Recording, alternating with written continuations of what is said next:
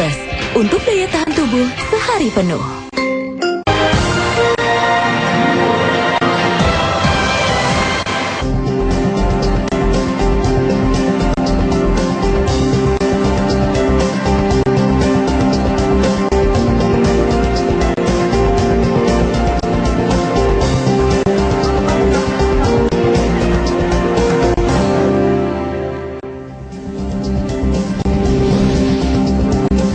KPU menggelar pemungutan suara ulang di sejumlah TPS di tanah air, di antaranya di Sumatera Barat dan Jawa Barat.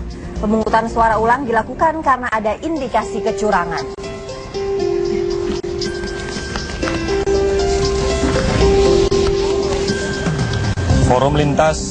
Forum Alumni Lintas Perguruan Tinggi yang tergabung dalam Bumi Pertiwi berunjuk rasa di halaman kantor Komisi Pemilihan Umum KPU.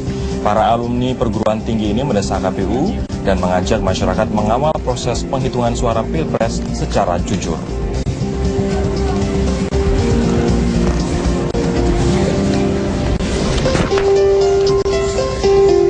Perhimpunan Bantuan Hukum dan Hak Asasi Manusia Indonesia atau PBHI melaporkan 4 lembaga survei ke Mabes Polri terkait penghitungan cepat Pilpres 2014. Keempat lembaga survei yang dilaporkan itu adalah Pusat Kajian Kebijakan dan Pembangunan Strategis atau Puskaptis, Lembaga Survei Nasional atau LSN, Indonesia Research Center atau IRC, serta Jaringan Suara Indonesia atau JSI.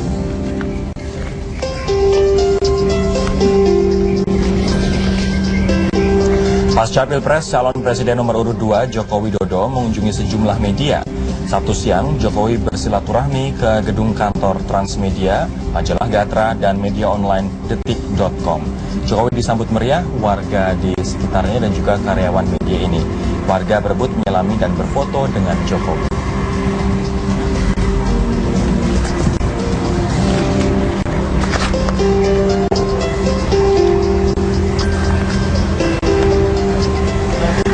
Selamat pagi pemirsa, bagaimana kabar Anda di hari Minggu ini? Mudah-mudahan selalu dalam keadaan baik dan selamat berpuasa bagi Anda yang menjalankan ibadah puasa. Seperti biasa, hari ini Bincang Pagi kembali hadir menyapa Anda, menemani pagi Anda dengan perbincangan khas Bincang Pagi yang tentunya menarik untuk Anda simak. Betul, dan kali ini ada saya Rodi Asyari dan juga Gilang Ayunda.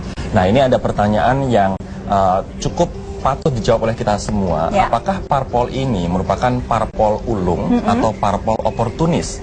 Nah, mungkin pilihan di antara dua opsi ini patut dilayangkan kepada Golkar yang pada awal sebelum hasil quick count dikeluarkan sangat kekeh untuk mendukung pasangan Prabowo Hatta dan juga memecat 3 kadernya yang mendukung Jokowi JK. Namun setelah quick count keluar, ini kayaknya nampak berbalik arah, Gilang.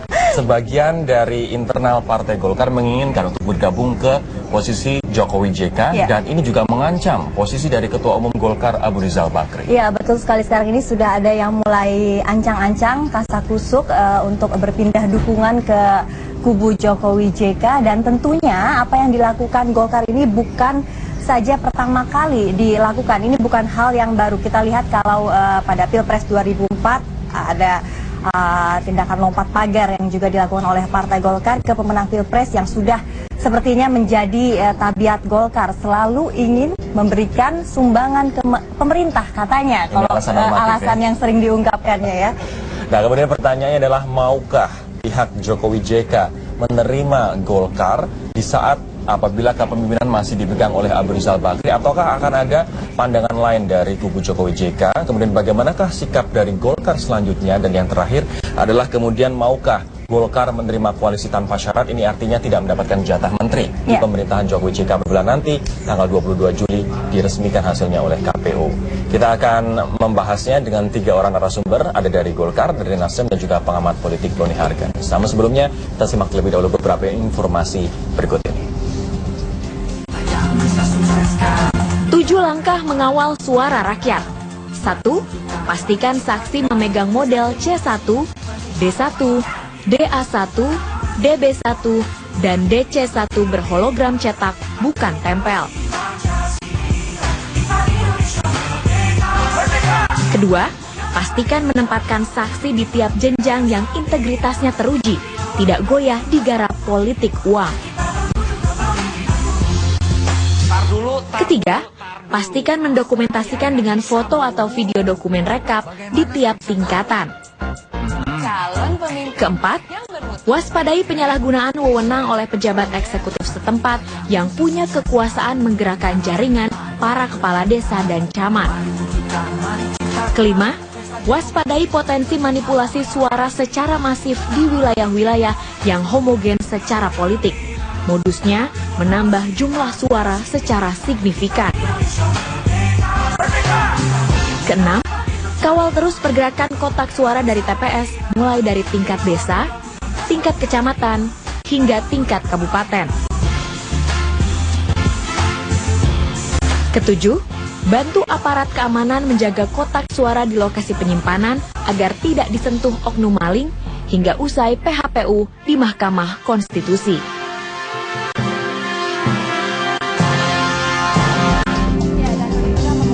Suara ulang ini dilakukan di sejumlah TPS di tanah air. Seperti di Sumatera Barat, pemungutan suara ulang dilakukan karena kesalahan petugas memberi 2 surat suara kepada tiap pemilih. Sementara di Indramayu, Jawa Barat, ada ratusan warga yang terpaksa kembali ke TPS karena ada warga yang kedapatan diperbolehkan memilih sebanyak 2 kali. 2 TPS di Sumatera Barat hari ini kembali melakukan pemungutan suara pemilihan presiden.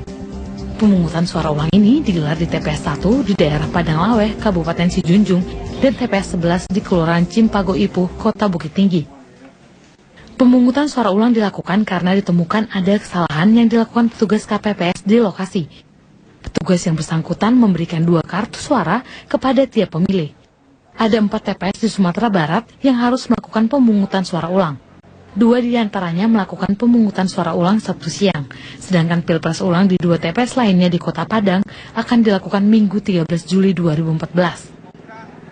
Bukit Tinggi itu pemilihnya melakukan pemilih lebih dari sekali. Kalau di Sijunjung juga seperti itu, pemilih melakukan pemilihan lebih dari sekali dengan 2 suara-suara itu. Kalau di Padang itu pemilih melaksanakan pencoblosan di luar ketentuan, yakni pemilih menggunakan KTP di luar alamat KTP tersebut. Hal serupa juga terjadi di Indramayu, Jawa Barat. Pemungutan suara ulang digelar di TPS 10 Desa Kalianyar. Penyebabnya karena ada warga yang bisa mencoblos lebih dari sekali. Pilpres ulang di sini diikuti 342 warga yang terdaftar dalam DPT. Proses pemungutan suara ulang berjalan tertib, namun untuk menjaga hal yang tidak diinginkan, sejumlah petugas dari kepolisian dan TNI dikerahkan khusus. Tim Liputan Metro TV. Pemirsa, indikasi kecurangan dalam rekapitulasi suara terlihat dari hasil scan form C1 yang tercantum dalam website Komisi Pemilihan Umum. Nah, 2 kubu pasangan Capres-Cawapres pun mengecam hal ini dan meminta KPU dan Bawaslu segera menindaklanjuti indikasi kecurangan tersebut. Form C1 merupakan hasil scan data tempat pemungutan suara di sebuah wilayah usai penghitungan suara. Dari data di website Komisi Pemilihan Umum ada sejumlah data janggal, salah satunya di Kota Tangerang, Banten. Perolehan suara 2 pasangan Capres-Cawapres tidak sesuai bila dijumlahkan. Hasil scan ini pun mengejutkan sejumlah pihak yang turut serta menjadi saksi dalam penghitungan suara dan akan menggelar rapat pleno perihal perbedaan data form C1 ini. Kondisinya di TPS 14 itu ramai. Dan kemudian saya ngawasin di luar. Nah, pas ketika pemilihan, ya hasilnya seperti itu. Untuk nomor urut 1, 14, dan nomor urut 2, 366. Nah, kami juga agak terkejut tiba-tiba keluar di Detikcom itu ada perubahan angka yang sangat signifikan ya. Angka itu. Dan kita coba klarifikasi semalam, kita selesaikan sampai malam itu akhirnya sudah lapor dari tingkat KPPS, PPS bersama dengan KPU dan Panwas tentunya. 2 kubu pasangan Capres-Cawapres pun menanggapi serius bukti manipulasi data scan form C1 rekapitulasi suara Pilpres. KPU dan Bawaslu diminta menindak tegas pelaku kecurangan. Ujian bagi negara. Negara dalam konteks ini adalah penyelenggara. Penyelenggara itu KPU beserta dengan perangkat-perangkat keamanan yang meliputinya karena lakukan tindakan.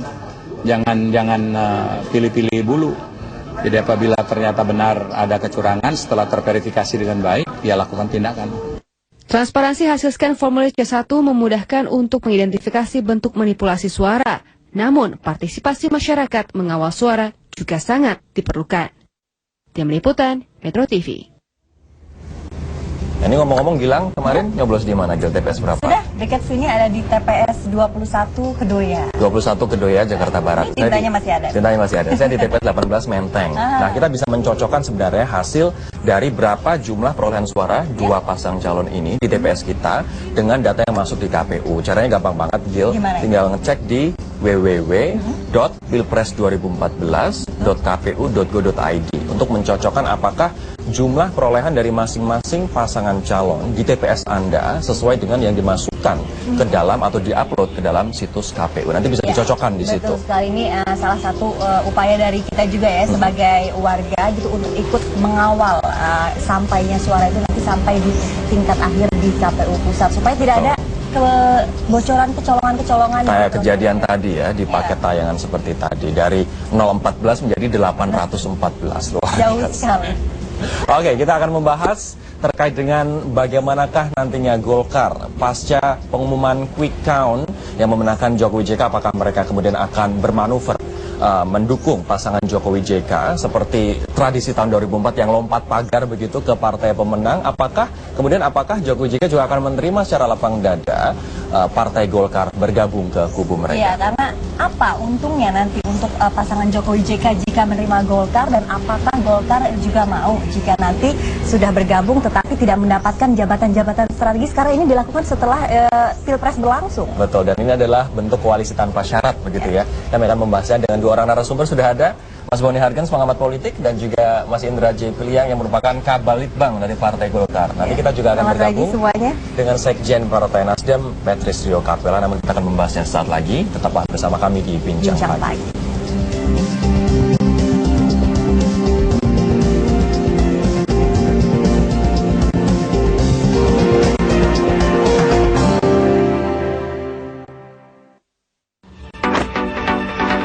Pagi guys, Indomie goreng dulu yuk.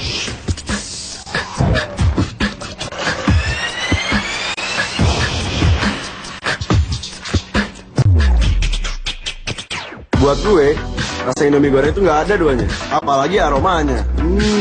Sadis. Ditambahin bawang goreng dan telur ceplok, makin gokil enaknya. Biar lo semangat kayak gue, Indomie goreng dulu.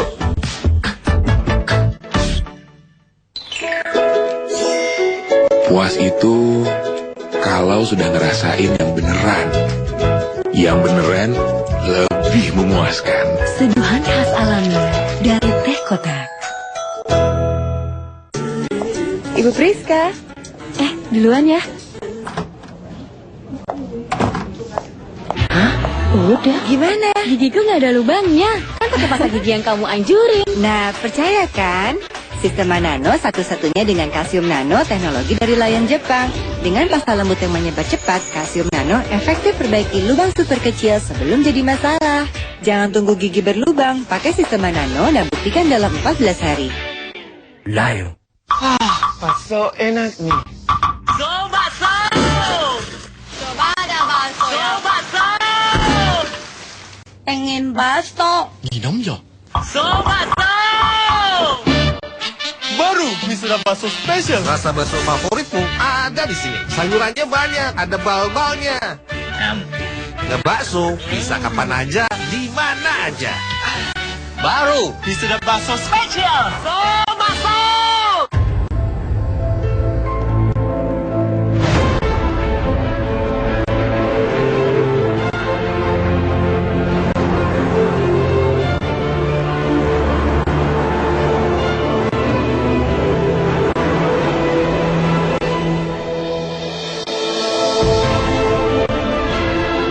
Mitsubishi Outlander Sport, newly reborn.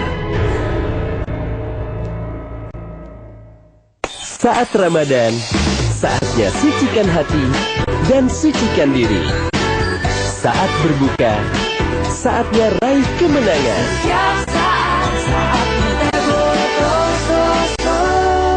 Saat Ramadan, perbanyak amalan. Bapak jadi buka di rumah kan? Iya, mau pulang. Saatnya hati ini yang bergerak. Rumahnya di mana, Nek? Lupa, Nenek. Itu yang ada masjid. Masuk yuk, buka puasa dulu. Nikmatnya kebersamaan bersama wisuda. Nak? Nak? Suatu hari kau akan mengerti, Nak. Mata merah, terasa gatal, perih, ganjel, berair, bikin malu. Redakan dengan Rohto Cool. Tetes mata pertama dengan Cool Sensation. Seger! Rohto Cool. Dunlop ban nomor 1 dan digunakan banyak ATPM ternama. Memiliki Dunlop kini sangat mudah karena ratusan Dunlop Shop tersebar di seluruh Indonesia. Kunjungi Dunlop Shop terdekat. Dunlop, driving to the future. Sunda Plafon, live up your life. Susah BAB, Laksadin sirup obatnya. Laksadin BAB lancar. Susah BAB, Laksadin sirup obatnya. Laksadin BAB lancar. Susah BAB, Laksadin sirup obatnya. Laksadin BAB lancar. Kok kering ya? Mesti ngelapor nih. Mungkin dibendung. Ini kan untuk kepentingan bersama, toh. Bapak, sekarang sudah ada Dewan Sumber Daya Air Nasional. Dewan Sumber Daya Air inilah yang akan memberikan masukan dan saran kepada yang berkepentingan. Oleh karena itu, mari manfaatkan Dewan untuk koordinasi bersama.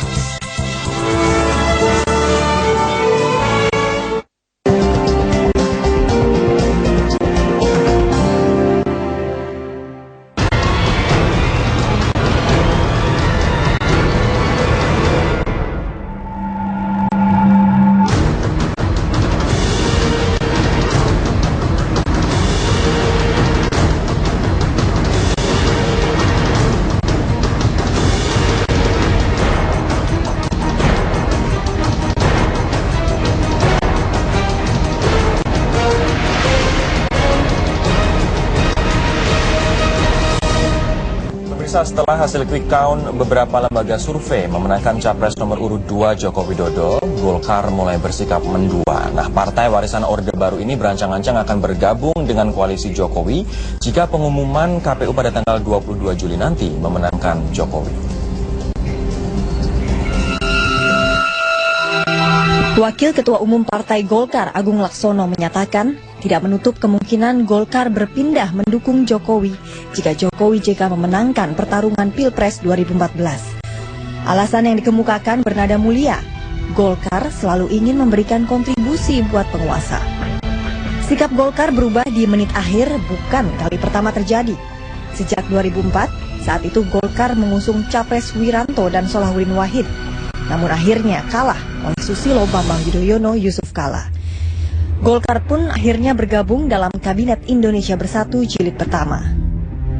Pada tahun 2009, Golkar mengusung Capres Yusuf Kala dan Wiranto. Capres dan Cawapres Golkar ini pun kalah oleh pasangan SBY Budiono.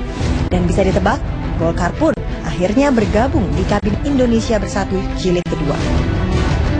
Tanda-tanda perubahan sikap Golkar ini terlihat ketika sejumlah kader mudanya mendukung Jokowi ketimbang Capres Prabowo Subianto dan Hatta Rajasa yang sesuai dengan kebijakan Partai Golkar. Sebagai pemenang kedua Pilpres 2014, Golkar memang memiliki daya tawar politik di parlemen. Namun apakah koalisi tanpa syarat yang didengungkan Jokowi JK mau menerima Golkar? Tim Liputan Metro TV.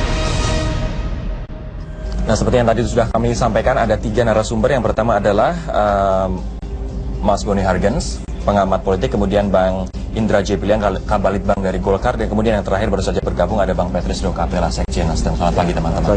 Iya, saya sekarang mau langsung ke Mas Indra Piliang dulu nih. Saya ingin tahu, Partai Golkar itu kan sekarang masih memiliki potensi untuk bergabung ke kubu Jokowi JK. Tetapi apakah kemungkinan ini ada atau sudah bisa dapat dipastikankah kalau Partai Golkar akhirnya setelah Pilpres ini akan merapat ke kubu Jokowi JK?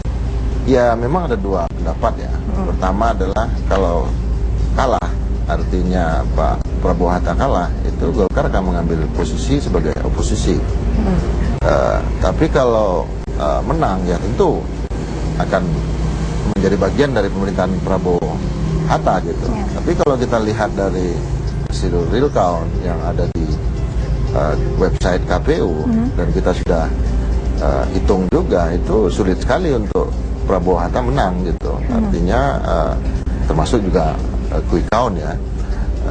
Jadi pilihan yang lain adalah bergabung ke dalam pemerintahan Jokowi JK.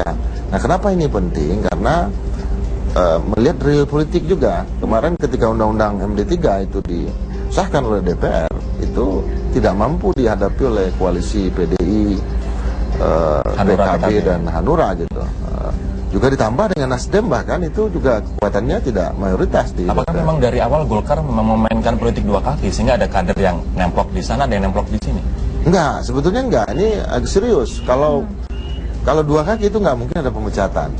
Artinya ada kader yang dipecat dan calon yang dipecat itu lebih banyak lagi daripada yang dipecat gitu. Dan itu bukan bagian dari skenario kan? Tidak, bukan bagian dari skenario, karena yang dipecat ini juga kader-kader potensial gitu. Artinya yang punya masa juga, terpilih 10 besar dia dalam perolehan suara dari pemilu legislatif kemarin gitu.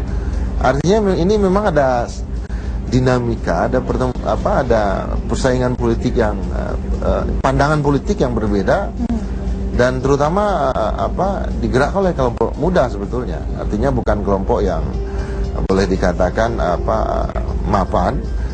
Walaupun belakangan juga kelompok senior ikut, termasuk pendiri Partai Golkar, Pak Suhardiman dan Pak Ginanjar dan lain-lain. Oke, dan ini kenapa lalu akhirnya ada ide untuk bergabung ke kubu Jokowi JK? Apakah karena memang tradisi Golkar yang sejak dahulu memang tidak bisa jauh-jauh dari lingkar kekuasaan, dari lingkar pemerintahan, atau apa sebetulnya? Ya memang dalam kurikulum pendidikan politik Partai Golkar itu ya seperti itu. Artinya kita nggak pernah diajarkan kekuasaan begitu. Kita nggak pernah diajarkan misalnya baik itu menjadi kader ideologis. Saya ini kader ideologis, ataupun kader-kader fungsional, ataupun fungsionaris dan lain-lain. Itu nggak pernah diajarkan bahwa kita harus jadi oposisi. Baik. Yang diajarkan itu adalah ini visi negara kesejahteraan kita harus laksanakan jadi pemerintah dan segala macam. Nah, artinya kalau memang mau ngambil posisi oposisi, ini merupakan sesuatu yang baru barangkali. Baik, kita akan tanya ke sudah kurikulumnya. Kurikulumnya ke Bang Petrus. Bang Petrus, mau tidak kubu Jokowi JK menerima Partai Golkar? Begini, saya komentari dulu ya, bahwa Golkar itu memang sejarahnya ketika kino-kinonya bergabung adalah untuk ikut berkarya dalam pembangunan. Makanya dulu di DPR itu namanya Fraksi Karya Pembangunan pada zaman Orde Baru. Jadi memang Golkar itu adalah dibuat bukan untuk bersikap oposisi terhadap kekuasaan. Dia berkuasa atau merupakan bagian dari sebuah kekuasaan. Nah, kemudian Golkar ini sebuah partai yang dewasa saya pikir hari ini ya. Jadi kalau kita lihat mereka kalah 2 kali sebelum Pilpres hari ini, itu mereka masuk dalam bagian kekuasaan. Hari ini saya pikir kalaupun Golkar melakukan itu bagian dari sikap dewasa sebuah partai yang ditunjukkan oleh Golkar. Apa untungnya? Tidak mesti dia kalah dalam JK? tidak mesti dia kalah dalam pertarungan kemudian bersikap oposisi di parlemen. Karena itu tidak bagus juga buat proses pembangunan di negeri ini. Tapi untungnya apa untuk Jokowi JK? Nah, kemudian kan kita hitung nih, di parlemen memang koalisi yang mendukung Jokowi itu tidak sampai lebih dari 40%. Plus ditambah oleh Nasdem sebagai sebuah partai baru. Pemerintahan Jokowi tentu juga membutuhkan kekuatan baru yang tujuannya adalah untuk bersama-sama bergotong royong. Berarti untuk memperkuat parlemen, Bang Petrus ya? Tidak hanya parlemen saja, tapi bagaimana memperkuat proses politik di DPR untuk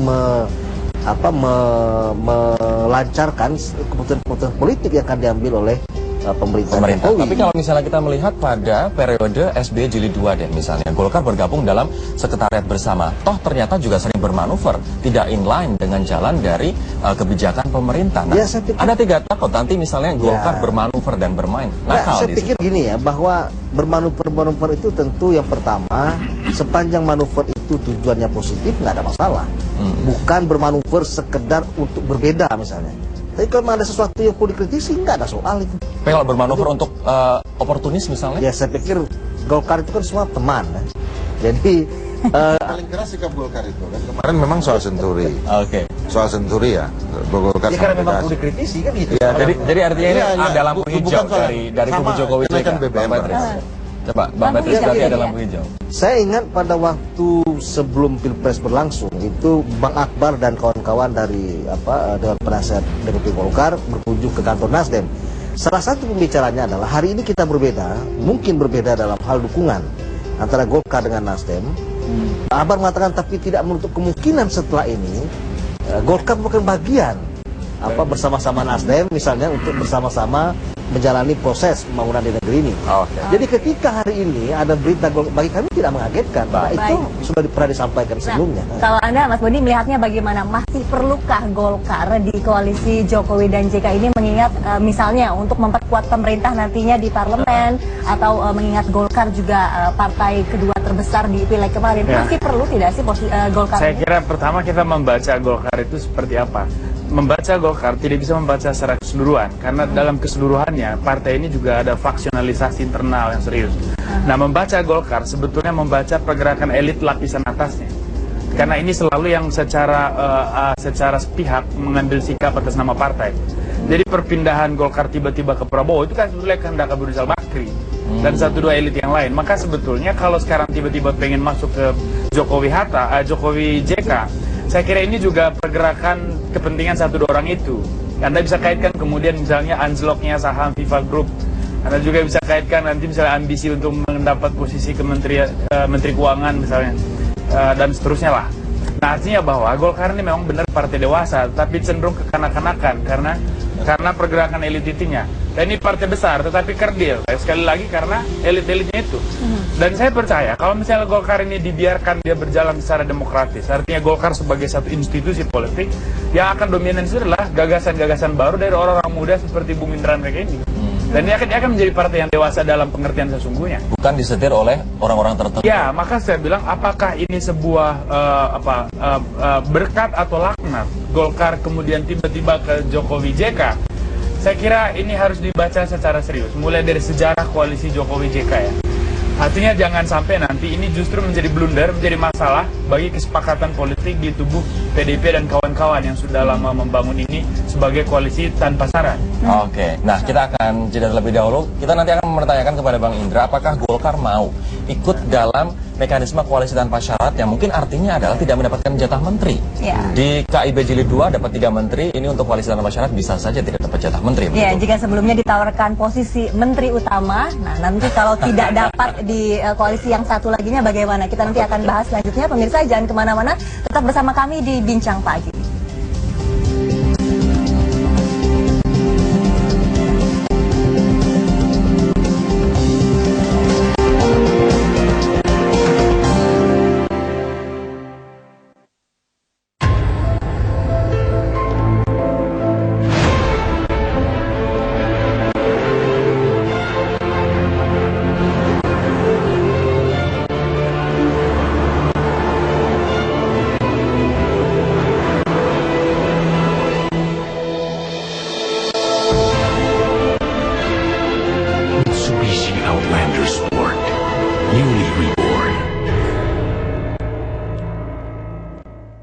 Untuk hidup sehat, tubuh butuh 400 gram buah dan sayur tiap hari. Tapi, konsumsi buah dan sayur di Indonesia masih rendah. Mama Lime Antibakteria ajak Indonesia lakukan gerakan aksi sehat 5 menit. Caranya, 1,5 menit mencuci dengan Mama Lime Antibakteria, 1,5 menit membilas, 2 menit menyajikan, dan siap dinikmati. So simple. Bersama Mama Lime Antibakteria, lakukan aksi sehat 5 menit. Cuma 5 menit untuk hidup sehat. Dayong. Mie Sedap Cup. Kuliner cepat, sedap. Ya Mie Sedap Cup. Toppingnya lengkap, ada bal-balnya. Udah cepet? Sedap, sedap. Gak pakai lapa. Pecah sedapnya. Update rasa lo. Kuliner cepat, Sedap. sedap. Beda. Ya Mie Sedap Cup. Favorite tuh. Kuliner Cepat. Sedap. Mie Sedap Cup. Lo pasti gila. Ibu Priska. Hah, udah. Gigiku nggak ada lubangnya. Percaya kan? Sistem Nano satu-satunya dengan kalsium nano. Pasta menyebar cepat, perbaiki lubang super kecil pada gigi sebelum jadi masalah. Pakai Sistem Nano dan buktikan dalam 14 hari. Puas itu kalau sudah ngerasain yang beneran. Yang beneran lebih memuaskan. Seduhan khas alami dari teh kotak.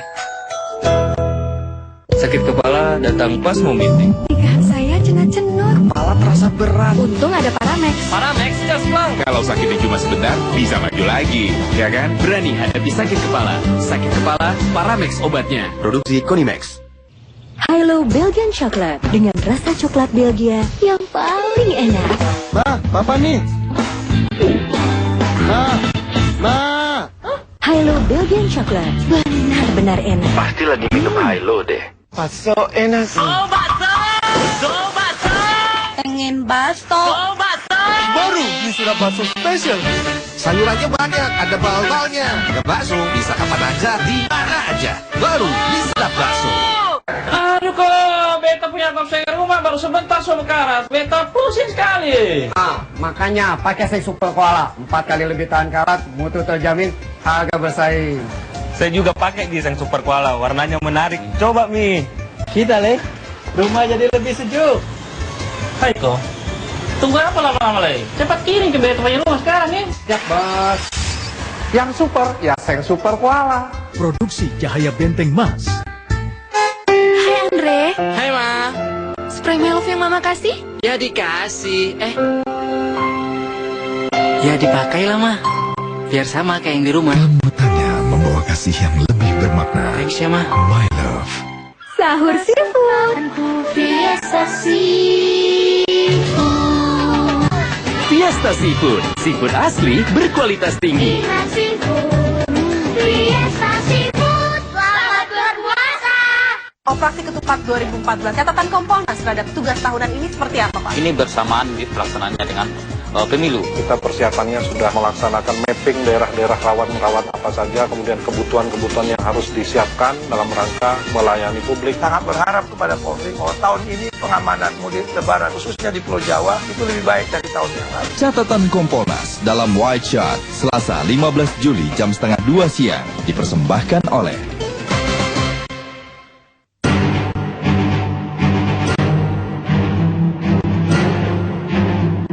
bongkar kebiasaan lama. Orang Indonesia perlu yang berani, kuat, dan berjiwa seni. Adalah karakter orang Indonesia. Itu ada di dalam Top Coffee. Jangan bilang kamu pecinta kopi kalau belum coba Top Coffee. Kopinya orang Indonesia. Top Coffee. Top Coffee dan Top White Coffee. Beli 2 gratis 1. 2 renteng gratis 1 gelas. Buruan!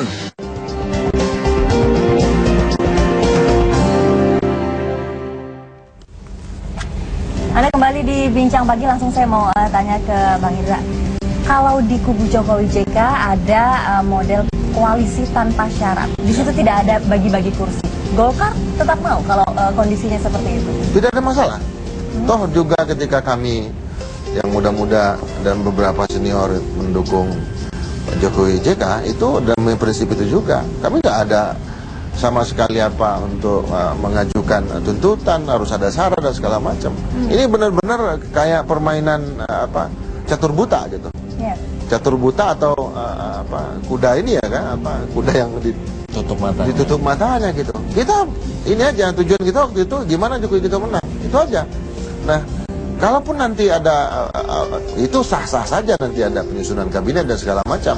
Tapi saya sepakat bahwa harus ada zakon kabinet itu dan kabinet yang profesional, tapi jangan sampai diartikan bahwa profesionalisme itu bukan orang partai. Nah, itu beda lagi. Karena orang partai juga semakin banyak yang profesional, makin banyak yang akademisi dan mereka yang bisa meletakkan bahwa ini untuk partai, ini untuk profesional gitu.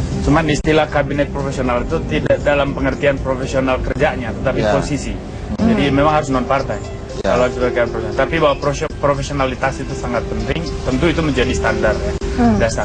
Tapi mau komentari sedikit Bung Indra soal Golkar tadi ini. Ya, saya berpikir ya ini yang paling penting adalah posisi Golkar di internal. Siapakah menjadi ketua umum berikutnya? Ini sebetulnya menjadi pertanyaan besar.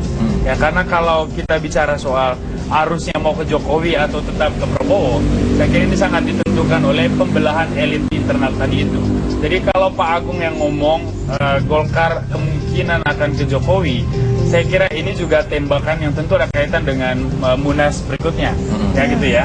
Maka bisa saja menurut saya Golkar diterima oleh Jokowi JK dengan syarat Golkar harus berubah, dan berubah itu ukurannya satu, ketua umum harus orang lain, Dan yang kedua harus sepakat dan masuk dalam konstruksi koalisi yang dibangun oleh PDIP, Nasdem, PKB dari awal, yaitu tanpa syarat. Dalam pengertian mereka ingin membangun sebuah pemerintahan yang benar-benar profesional, bukan berbasis pada hitungan-hitungan kursi tadi. Kita cross check dulu. Untuk Munasnya sendiri, apakah Oktober 2014 atau April 2015, Mas Indra? Pendapat yang muncul pada 2015 itu muncul dalam rekomendasi Munas tahun 2009. Dan itu belum dilegalkan, belum disahkan. Sementara anggaran dasar anggaran rumah tangga mengatur bahwa siklus kepemimpinan itu 5 tahunan.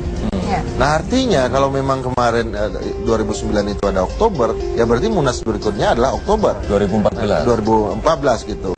Artinya apa, ini yang mengikuti anggaran dasar dan anggaran rumah tangga. Cuma tafsirnya kan sekarang dicoba dibelokkan ke arah bulan Januari 2015 kata Bang Akbar kan. Sementara versi DPP itu adalah bulan April 2015. Nah, menurut saya tidak ada dampak signifikan kita harus mundurkan Januari atau berarti sebenarnya Oktober 2014. Sebenarnya Oktober, karena di Oktober inilah masa mark forming ya.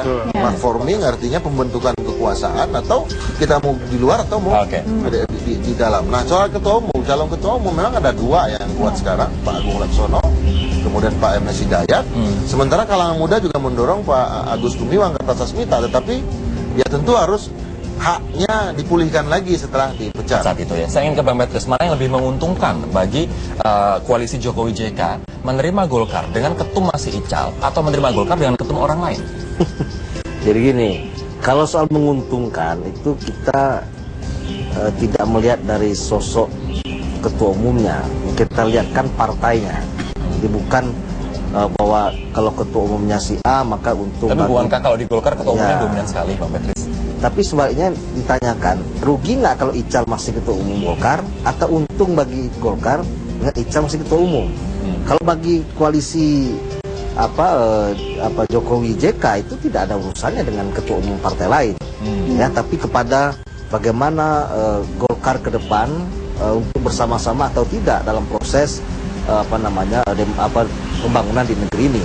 Nah, karena itu mungkin kita tidak begitu ikut campur ya. Tapi bahwa tadi Indra bilang bahwa ada dinamika internal di Partai Golkar yang mungkin setelah 2015 atau Oktober 2014 yang menurut kita sih, menurut saya ini ya sebaiknya sih memang lebih cepat lebih baik, karena itu akan membuat Golkar menjadi lebih stabil daripada harus menunggu terlalu lama, karena itu juga akan ikut mewarnai proses pemerintahan ke depan.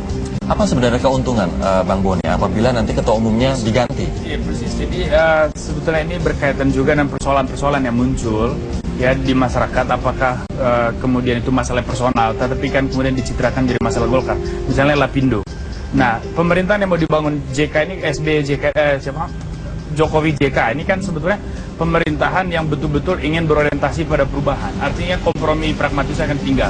Dalam konteks ini, isu-isu yang mau diangkat di 100 hari pertama tentu isu-isu yang besar yang mau diselesaikan. Bisa jadi Lapindo mau diangkat jadi masalah prioritas di dalam 100 hari misalnya, atau di dalam satu tahun pertama. Nah, ini akan terjadi benturan kepentingan kalau misalnya sekarang Golkar di bawah kepemimpinan Pak Ical itu kemudian mengambil bagian di dalam koalisi ini. Jadi saya kira memang koneksinya dengan pergantian pimpinan Golkar itu sangat serius. Kalau mau bicara soal mungkin gak Golkar bisa satu jalan atau tidak dengan Jokowi JK gitu. Tapi isu untuk mengganti ketua umum juga ini bukan yang pertama kalinya, sudah beberapa kali dilontarkan juga di internal partai Golkar. Nah, kalau untuk yang kasus sekarang ini, seberapa besar dukungan, artinya bagaimana polarisasi di dalam internal partai itu sendiri untuk adanya pergantian ketua umum dan juga tetap mengusung Abu Rizal Bakri sebagai ketua umum? Yang punya hak suara kan ada lebih dari 530 ya, yang punya hak suara di tubuh Partai Golkar, artinya DPD tingkat 2, DPD tingkat 1, dan mereka lah yang mengusulkan. DPP kan sekarang menantang, yang punya hak suara mana? Dianggap kita nggak punya suara karena kita bagian dari DPP. Sekarang saya justru mendengar banyak teman-teman DPD 1 dan DPD 2 yang sudah mulai bersuara, sudah mulai konsolidasi, datang ke Jakarta, berkomunikasi.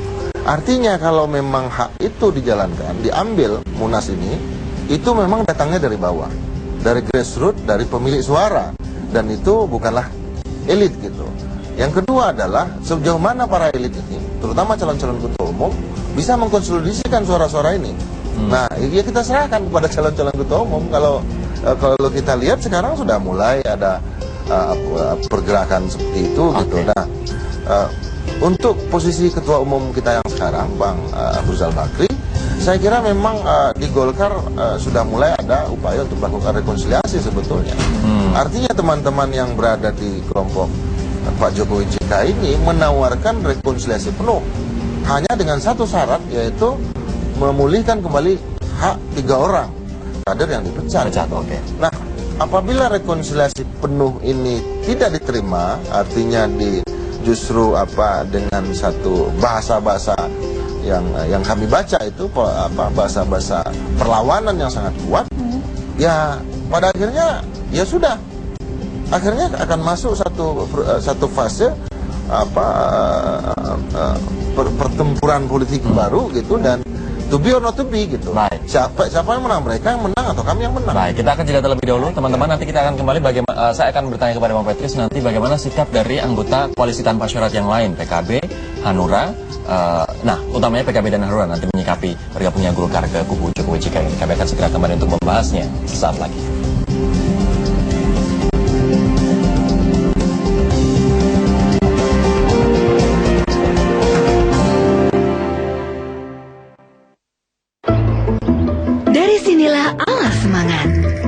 Yang bisa kita lihat,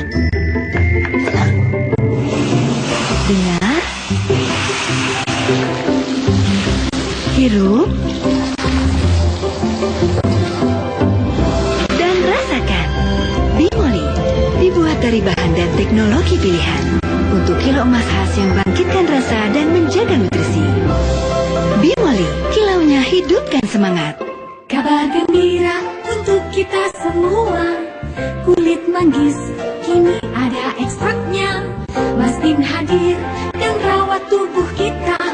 Jadikan hari ini hari Mastin. Ambil bersinar, membuat tubuh bahagia.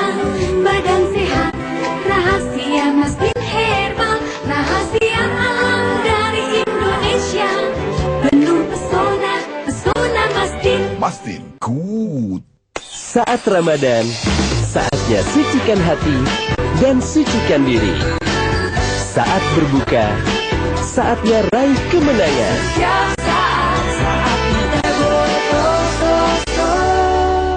Aku harus menjalankan tugas dulu. Keamanan komplek ini ada di tangan kita. Oh, suamiku. Waduh. Biar enaknya bersama, jangan nonton bola tanpa kacang Garuda. Untuk hidup sehat, tubuh butuh 400 gram buah dan sayur tiap hari. Tapi, konsumsi buah dan sayur di Indonesia masih rendah. Mama Lime Antibakteria ajak Indonesia lakukan gerakan aksi sehat 5 menit. Caranya, 1,5 menit mencuci dengan Mama Lime Antibakteria, 1,5 menit membilas, 2 menit menyajikan, dan siap dinikmati. So simple. Bersama Mama Lime Antibakteria, lakukan aksi sehat 5 menit. Cuma 5 menit untuk hidup sehat. Dayong. Avanza itu pengertian. Ngerti kondisi jalanan Indonesia. Dari ujung barat sampai ujung timur, nggak ada jalanan yang nggak bisa dilewati.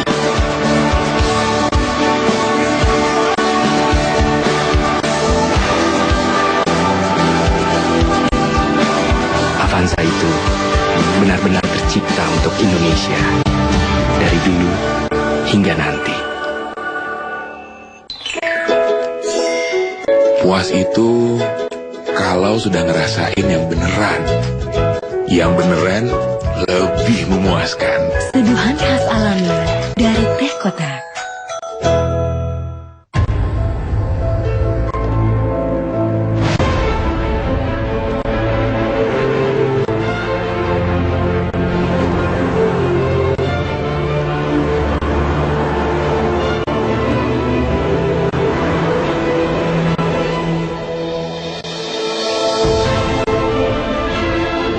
Mitsubishi Outlander Sport, newly reborn.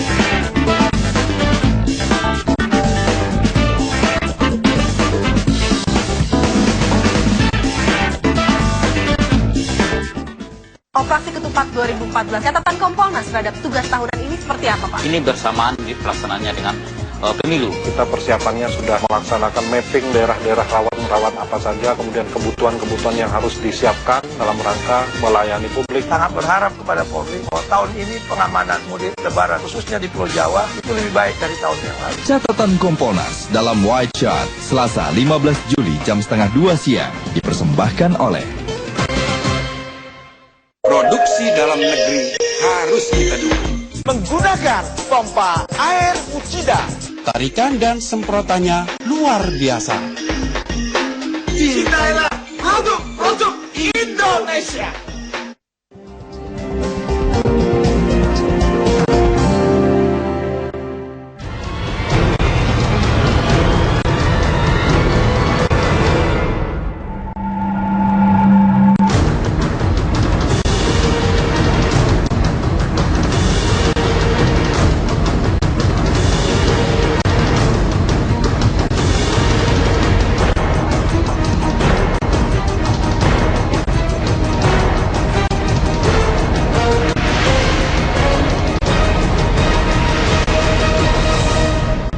Kembali di Bincang Pagi, saya langsung mau ke Bung Indra dulu, menegaskan yang tadi kalau dikatakan tidak masalah kalau koalisi tanpa syarat. Tetapi apakah ada sejarahnya dalam Golkar itu menerima koalisi tanpa syarat dan tidak dapat apa-apa?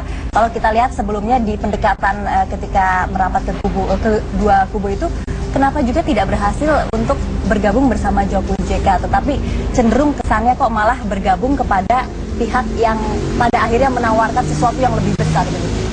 Ya, kalau kita lihat di pemerintahan SBY Budiono, Golkar kan punya 3 menteri ya. Ada Pak Agung Laksono, Pak MS Hidayat, Pak Cicip sekarang ya. Artinya sebelumnya pun cuma 2 menteri. Jadi kita sadar, Golkar itu memang sadar kalau datang belakangan memang nggak ada persoalan sebetulnya. Artinya kursi menteri itu pun bukan untuk Golkar. Artinya kursi menteri itu memang untuk orang-orang berkualitas di Golkar yang diambil untuk memfungsikan memaksimalkan jalannya pemerintahan. Nah, yang paling penting itu kan apa? Kita kan ingin memberikan kontribusi. Jangan sampai terjadi deadlock antara pemerintah dengan DPR. Misalnya kalau RAPBN saja ditolak sama DPR, deadlock, government shutdown, seperti yang terjadi di Amerika gitu kan. Undang-undang, rancangan undang-undang, kemudian pengajuan Kapolri, pengajuan Panglima TNI, macam-macam, duta besar, KPK dan segala macam. Kalau semuanya ditolak oleh DPR, pemerintahan ini cepat menjadi usang dan nggak bisa kerja gitu. Jadi alasan kita dan teman-teman lebih ke sana, dukungan dari sisi wah, Golkar selama ini mensupport jalannya pemerintahan.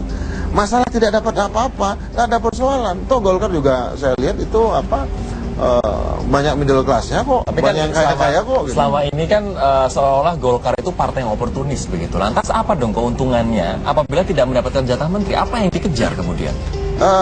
Kepuasan untuk menjalankan ideologi karya dan kekaryaan itu. Saya kira kalau itu nggak jalan, misalnya begini, Golkar punya keinginan agar TAP MPR tentang GBHN itu diputuskan oleh MPR. Artinya harus ada garis-garis besar haluan negara ke depan. Nah, Golkar punya konsepnya, dokumennya, yaitu visi negara kesejahteraan. Bagaimana bisa Golkar melobi misalnya MPR dan DPR untuk memutuskan itu sebagai bagian dari ke depan tanpa bergabung dengan kekuasaan. Kalau Anda melihatnya bagaimana, Bu Boni? Ini menarik sih, karena bicara Golkar ya, saya melihat memang sejarah bangsa kita itu diwarnai oleh sejarah Golkar juga kan. Jadi kalau warna bangsa ini udah kabur ya mungkin karena Golkar juga. Tapi ini momentum sebetulnya Golkar akan dianggap sebagai bagian dari penentu sejarah perubahan ke depan. Jadi memang kembali kepada Golkar, mau nggak berubah sekarang, gitu loh. Mau berubah sekarang tuh kan soal mulai dari kepemimpinan tadi, termasuk juga visi ke depan. Jadi harus belajar menjadi oposisi itu juga hal yang baik, atau menjadi bagian dari koalisi tetapi tidak meminta sesuatu yang besar. Itu juga satu tradisi baru, dan saya kira ini kalau dilakukan salah satu aja, Golkar akan dilihat sebagai pewarna sejarah yang positif. Jadi kalau selama ini ikut mewarnai sejarah dan sehingga kabur warnanya, karena mungkin akan mewarnai sejarah sehingga menjadi indah dan menarik. Mas Indra, toh membangun bangsa dan Indonesia tidak harus di dalam pemerintahan, bisa juga di oposisi. PDIP membangun bangsa negara, mengambil sikap oposisi. Kenapa Golkar tidak berani seperti itu? Saya kira berani, kalau saya berani ya. Tapi begini, lagi-lagi saya melihat bahwa kemungkinan jalannya pemerintahan ke depan akan sangat sulit apabila Golkar tidak menjadi bagian dari pemerintahan Jokowi JK. Ya karena itu tadi, karena desain ketatanegaraan kita itu 75% kekuasaan itu ada di DPR. Nah kalau kekuasaan pemerintahan ini tidak ada di DPR, nanti bagaimana jalannya anggaran, undang-undang dan segala macam. Kalau saya sih yang muda-muda berani aja ya kalau kita mengambil jalan untuk menjadi oposisi. Apalagi itu baik bagi Golkar karena kita harus melakukan pembenahan ke dalam. Baik. Kita akan jeda terlebih dahulu, teman-teman. Nanti saya ingin tanya ke Bang Metris soal sikap dari parpol lain yang mendukung Jokowi JK dan juga apakah mungkin presidential system di DPR nanti dan juga di pemerintahan kita nanti bisa berjalan tanpa Golkar. Kita akan perdalam itu, kami akan segera kembali sesaat lagi.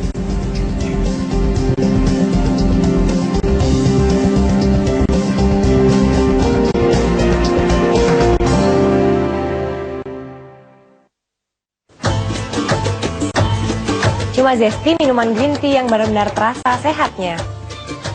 Cocok untuk buka puasa. Selamat menunaikan ibadah puasa. Marah dan ya Ramadan. Lagi seru nonton bola, pengen kuliner? Ya mie sedap cup. Kuliner cepat, sedap. Abdi kerasa lo. Pecah sedapnya. Teman seru nonton bola? Ya mie sedap cup. Wah, sedapnya. Aduh kok, beta punya kopseng rumah baru sebentar sebekarat. Beta pusing sekali. Makanya pakai Seng Super Koala. 4 kali lebih tahan karat, mutu terjamin, harga bersaing. Saya juga pakai di Seng Super Koala, warnanya menarik. Coba Mi. Kita rumah jadi lebih sejuk. Hai kok. Tunggu apa lama-lama lagi? Cepat kirim ke beta punya rumah sekarang nih. Bos. Yang super, ya Seng Super Koala. Produksi Cahaya Benteng Mas. Hai Andre. Hai Ma. Spray My Love yang Mama kasih? Ya dikasih. Ya dipakailah Ma. Biar sama kayak yang di rumah. Kelembutannya membawa kasih yang lebih bermakna. Thanks ya Ma. My Love. Ayo, duduknya yang tegak. Jangan cepat-cepat, nggak bagus kan? Ngeteh yuk. Kalau seenak buatanku, pasti lama. Loh, sudah, apa enak? Teh gantong sari melati, cara baru nikmati rasa dan aroma teh melati. Gimana sari melatinya? Rasa dan aromanya mantap ya, persis buatanku. Sari melati. Saat Ramadan, perbanyak amalan. Bapak jadi buka di rumah kan? Udah mau pulang. Saatnya hati ini yang bergerak. Rumahnya di mana, Nek? Wah, lupa Nenek. Tuh yang ada masjid. Masuk yuk, buka puasa dulu. Nikmatnya kebersamaan bersama mie sedap. Nak, suatu hari kau akan mengerti, Nak. Mas Joki. Bisa bikin brokoli ini jadi bersih? Silakan, bersih nggak nih kita lihat? Nggak bersih kan? Mama Lime Antibacteria formula baru Bioguard. Bersihkan pestisida dan bakteri sampai 99%. Mama Lime Antibacteria, it's totally clean. Lime. Saat Ramadan, saatnya sucikan hati dan sucikan diri. Saat berbuka, saatnya raih kemenangan.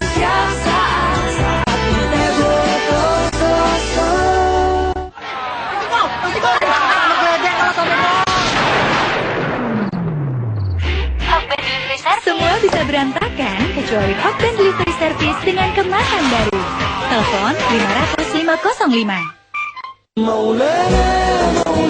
Perkaya keimanan Anda dengan nilai-nilai spiritual, akhlak keislaman yang mampu menyejukkan hati. Andai kamu punya harta sebanyak langit dan bumi, orang yang memiliki ilmu yang tinggi tetapi bermanfaat. Aku tahu engkau adalah maha kuat, maha penolong. Dalam Kultum Cahaya Hati, setiap hari selama bulan Ramadan, 7 menit sebelum azan maghrib. Dipersembahkan oleh Ibu Priska. Hah? Udah, gigiku nggak ada lubangnya. Percaya kan, Sistema Nano satu-satunya dengan kalsium nano. Pasta menyebar cepat, perbaiki lubang super kecil pada gigi sebelum jadi masalah. Pakai Sistema Nano dan buktikan dalam 14 hari. Live. Sunda Plafon, live up your life. Saya dan keluarga besar saya selalu menggunakan produk dalam negeri. Panci, Preven, anti lengket, merek Maslok. Tidak mudah pecah dan penyok, jaga makanan tetap sehat dan bersih. Cintailah produk-produk Indonesia. Ibu bikin timun suri, kamu mau kan? Apa-apa sih? Nah, berarti ibu bikin timun suri buat buka puasa. Tapi harus ada kolak. Ini kan ada timun suri. Kira aku maunya kolak. Ih. Ayo ngapain? Berdoa supaya diberi ketabahan. Saksikan episode terakhir dari season 2 Segelas Cerita Keluarga Kusuma, Minggu 13 Juli jam 10:30 malam. Dipersembahkan oleh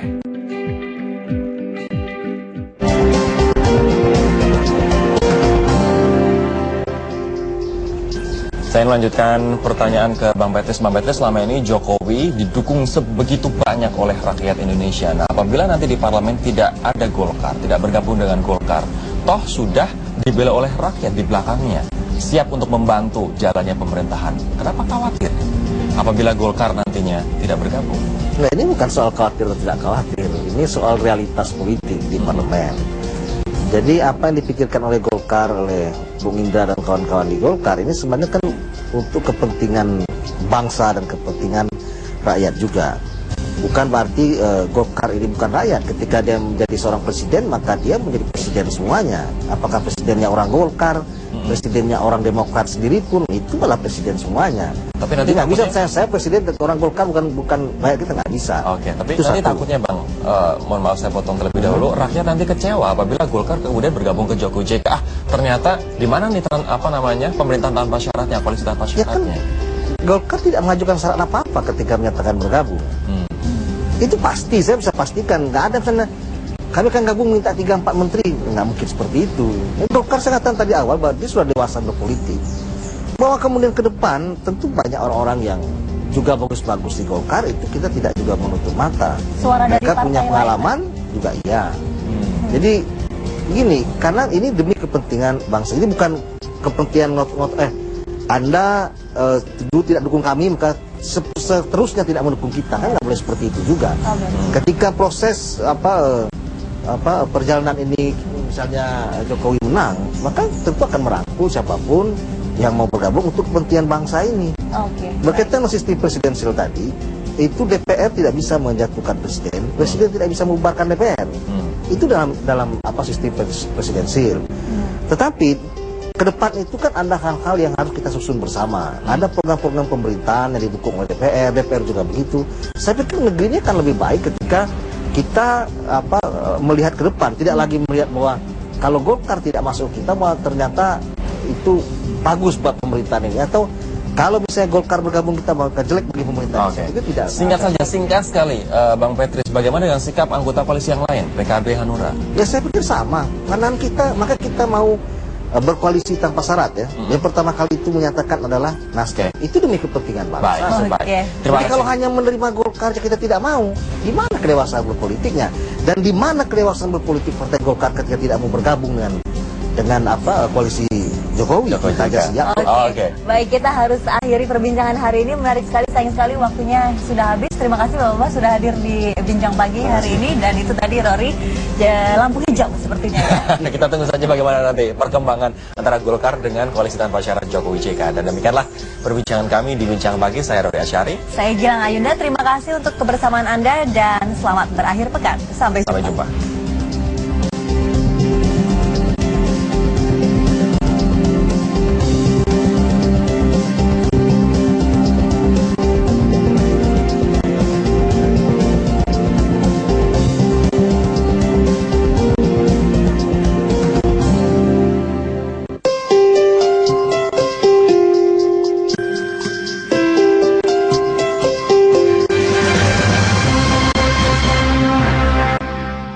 Ketua Kaukus Parlemen Indonesia untuk Palestina Al-Muzammil Yusuf mendesak pemerintah lebih proaktif dalam menggalang dukungan internasional guna menghentikan aksi pembantaian Israel terhadap warga Palestina. Hal tersebut diungkap Al-Muzammil di sela-sela rapat paripurna penutupan masa sidang keempat di ruang rapat paripurna DPR RI Senayan, Jakarta. Al-Muzammil Yusuf mengatakan, sejauh ini Indonesia selalu memberi bantuan kemanusiaan untuk masyarakat Palestina yang ada di jalur Gaza. Menurutnya, konflik ini bukan lagi isu keagamaan, melainkan sudah masuk ke